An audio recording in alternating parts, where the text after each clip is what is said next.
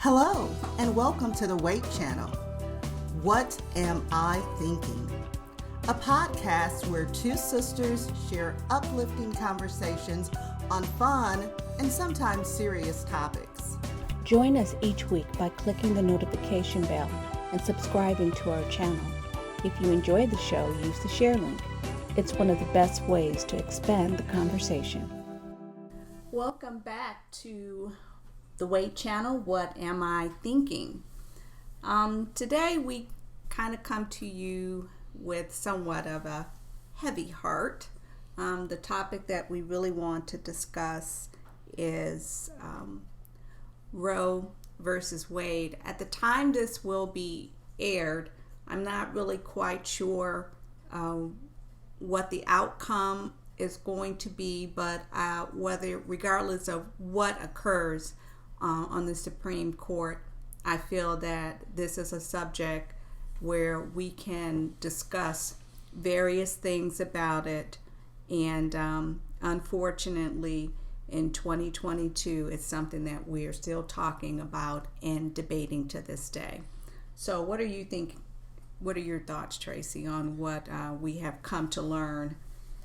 You can give a little background on the reports and news Right. that has come out recently. So this is our second time speaking on this topic, but we're speaking on it from a different vantage point now. And there was a leak of a draft of a majority vote from Judge Alito, I believe it was, on the Supreme Court.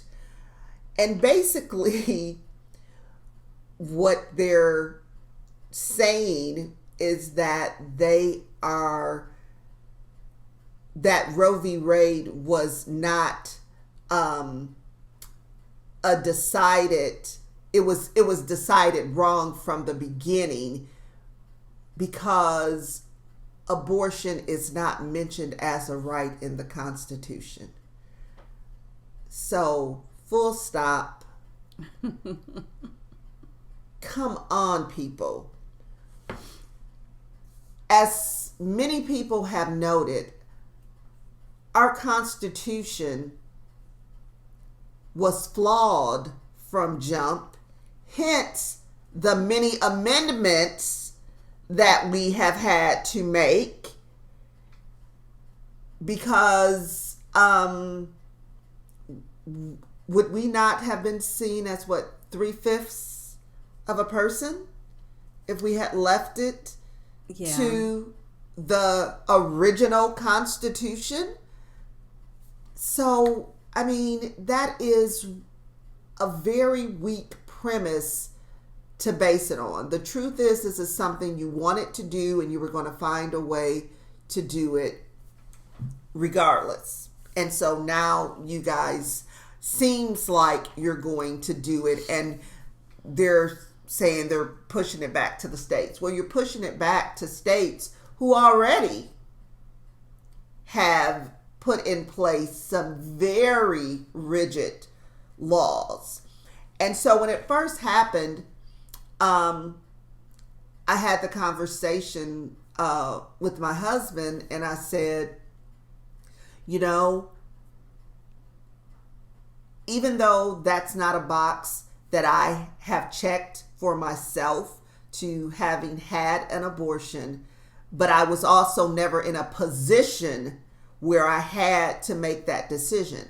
I said, but now we have a daughter with severe special needs, and we do our part to try to keep her from having to experience going through just her menstrual cycle, period, because it would be so traumatizing for her to not understand what was going on with her body, to have to deal with the cramps and all of those things.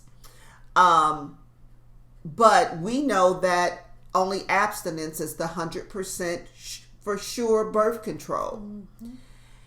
And I don't even like to verbalize it, but just to think that if some person chose to violate her, in some way she became pregnant, that I would have to figure out a way to not have to traumatize her again by making her go through a full-term pregnancy and then have to go through birth. I couldn't fathom, but I haven't heard people speak on a situation like that. And if there is an exception for a situation or circumstance, you want to know why? Because this is not the life you have to live. This is not a journey that you're on. And especially because most of the people who are so thrilled to make this change are men. Mm-hmm. Who this is not a decision that their body, they can force this upon someone else. They can help someone else to make this decision, but it's not a personal decision for them. And that's what happens when it's not personal to you. It's easier for you to make your choices and decisions based upon whatever reasoning you choose. But my heart broke a little to say, I can't protect my child from everything. I'm doing my part to protect her from what I can. But if somebody chose to be sick enough to violate her in that way and she ended up pregnant, I want to be able to do what I need to do to protect her. And the laws that they're putting in place are not putting the life of the mother as a primary issue. Mm-mm. You know, we have counseled with a young lady that literally was having a mental break because of a pregnancy that was happening, and she was totally disconnected from it. Her OBGYN was beyond concerned about what was going to happen when she went into labor, and they were talking about what are we going to do? But if that's not a journey you've been on, if that's not something you've had to live, all you're thinking about is checking the box of, whatever type of, reasoning you want to have. I mean, I'm just literally, I can't even find the words. Mm-hmm. I've been reading a number of boards where people have been expressing their feelings. Mm-hmm. And clearly, they did this percentage of how many people in the country mm-hmm. actually were against the original Roe v. Wade standing. Mm-hmm. And I don't remember the exact number, but clearly it was a majority of people are okay with things mm-hmm. as they are. It's just sad to me that so often in our history, we see women minimized, mm-hmm. and they're not minimized most time by other women. Mm-hmm. These are men in power. Mm-hmm. No one's talking about the man. Women, we don't get pregnant by ourselves. Correct. Nowhere are they talking about that. Mm-hmm. I just read a feed, and it's like as I'm getting ready to say this, it's like I'm seething, mm-hmm. where this ad tech company in Texas mm-hmm. wants to use data mm-hmm. from women who are seeking abortions and to turn that information over to the police. Because we know they're trying to float this bounty kind of thing going and all these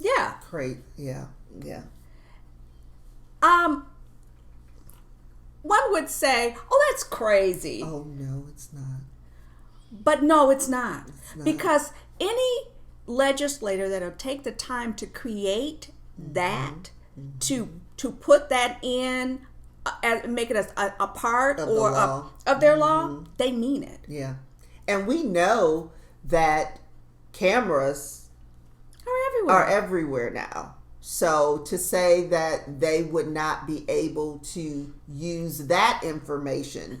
And I just thought of another Pandora's box. Okay, so if you say, because somewhere in this brief it did say apparently something about incest and rape. Okay. Supposedly. I don't know what the actual verbiage But is. you're leaving it up to the state. Okay. But even that, all right, so then every woman's just going to claim I've been raped. Right. Oh. And you can't say she hasn't. You can't say she hasn't. All right, so we want you to identify somebody. So now you just start picking people out. Right. Oh. So this has to go through the legal process. Wow. I didn't even think about something like that. Yeah. Yeah. It just opens now, up. and we know the history of people being wrongly accused. Absolutely. Of rape. Absolutely. Which I see this being a problem with people of color. Unfortunately. Well, I never even thought of it from that perspective. But it's one of those things where I wanted to say, well, maybe this is an issue that will galvanize women and people who are also pro-life but don't want to take away anybody's rights to do what they want, because I don't like to say pro-life is only for those who are thinking that are anti-abortion. But you know what, Tracy, from this conversation, and by that I mean just the Roe v. Wade, there are two terms that we need to remove from it altogether. Okay. It is not about pro-life. It is not about pro-choice.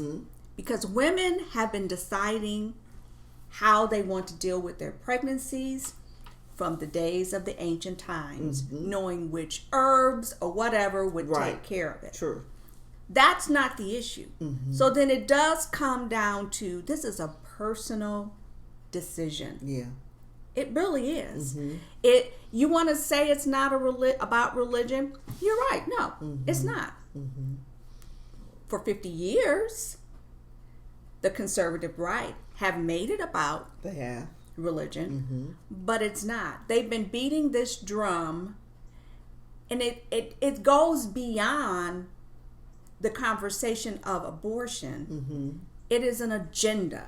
They've had an agenda. And what people need to understand is today is abortion. It's not going to stop there. And that's what everyone has been saying. And it's so to say that that it is not really when the whole anti-mask movement obviously was not about rights. Because this right that you're taking away from someone way bigger than a mask. But it shows you how far and how visceral they can get with, I mean, like you say, that was just the mask. Yes, but it was infringing upon their rights. What is this doing? And who should have to decide when it's okay? So listen what this person, and she after she made this comment, she said, too rageful to be eloquent. Forced birth in a country with the highest maternal mortality rate, no paid maternity leave, and by that it's not universal. Correct. No universal subsidized child care, no continued birth parent care, and frequently inaccessible mental health care. Yeah. But we're going to tell you, you can't abort that fetus. We're going to force you. And not looking at any of the ramifications. And it's like, and it goes along with that.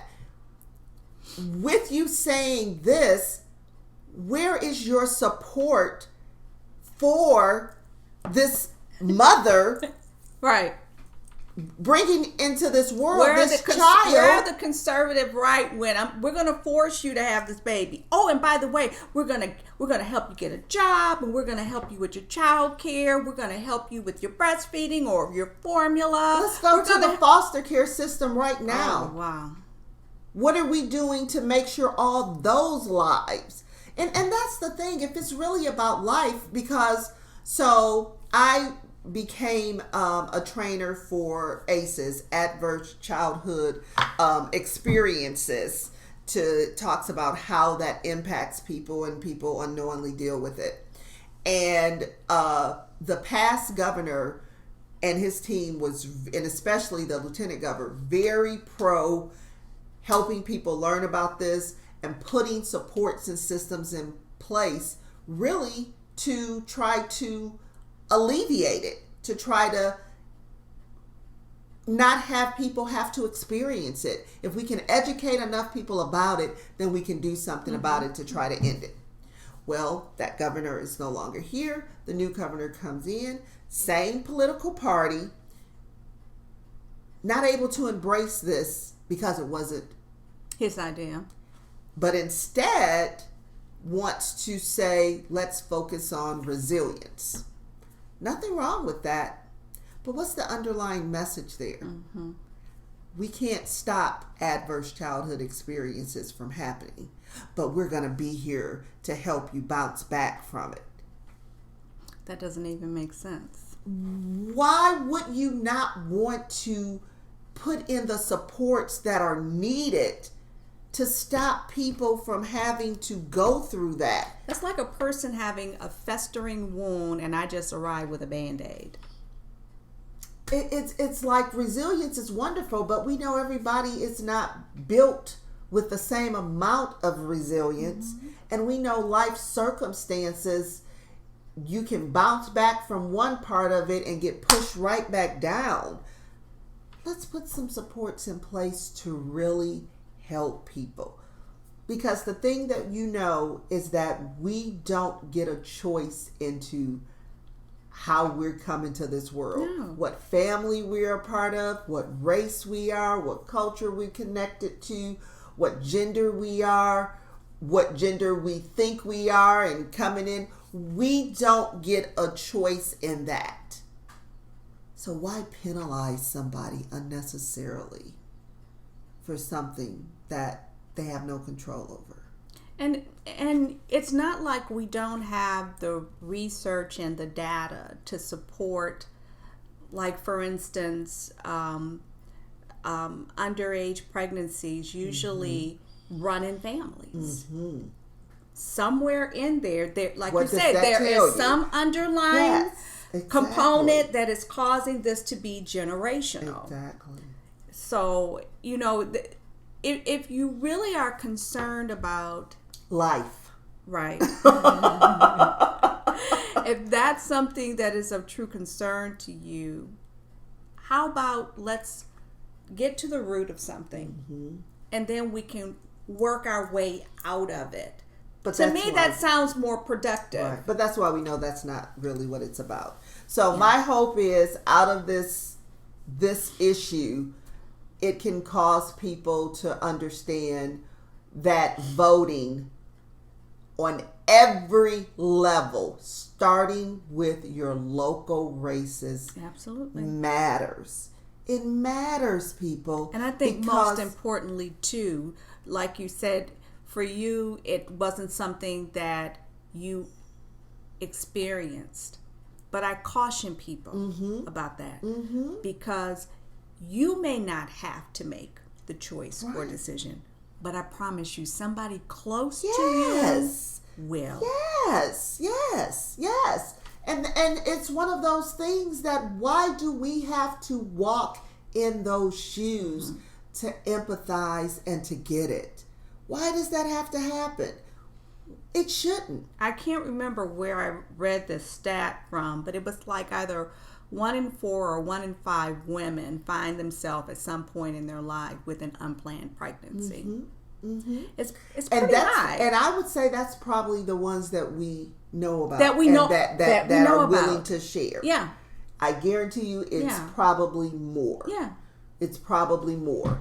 And so, with that being said, know that the people that you put in office you need to really know that they are there representing their constituents fully and wholly.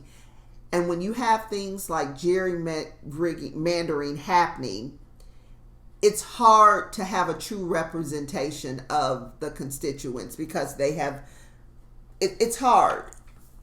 And to have these state senate and state houses be one-sided towards one party because of things like that, it's hard to unring that bell. But go out there and vote.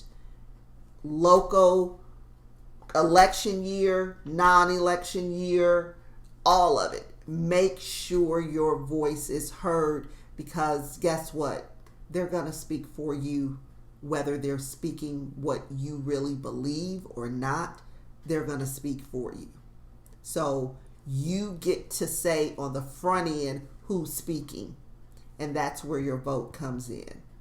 So I would say we've been silent with our votes, and people get disenfranchised and think their vote doesn't matter.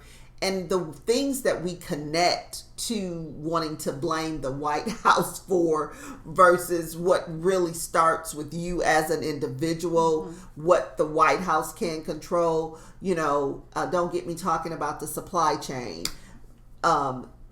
It's a bigger issue than that.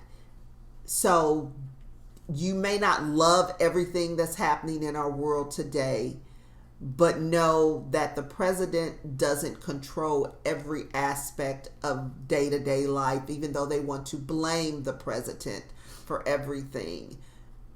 Know that it starts locally for you, and who you're putting in office, who you're allowing to represent your states, who you're allowing to remain in office. So just pay attention to that and make sure that your representatives are truly speaking for you and not for their own agendas. So on that note, we would love your comments to be left. We would like you to share this channel, like and push the chime bell to be notified as soon as the episodes are loaded to our channel. We thank you for listening, and we hope that you tune back in to hear again, What Am I Thinking? Bye-bye.